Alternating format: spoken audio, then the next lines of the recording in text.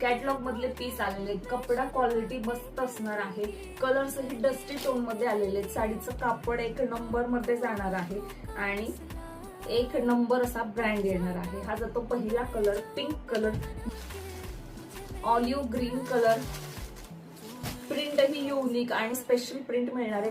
Common तेच पाहायला मिळणार नाही. हा आहे रस्ट ऑरेंज कलर, आबोली peach colour, powder blue colour. सगळे कलर्स वेगळे युनिक आलेले आहेत. आणि हा आहे प्रॉपर डार्क ग्रे कलर. एक साडी ओपन करून दाखवते. साडी हाईटला लांबी रुंदीला पूर्ण येणार आहे. कुठेही नेसता भाग नेसता पदर आलेला नाही.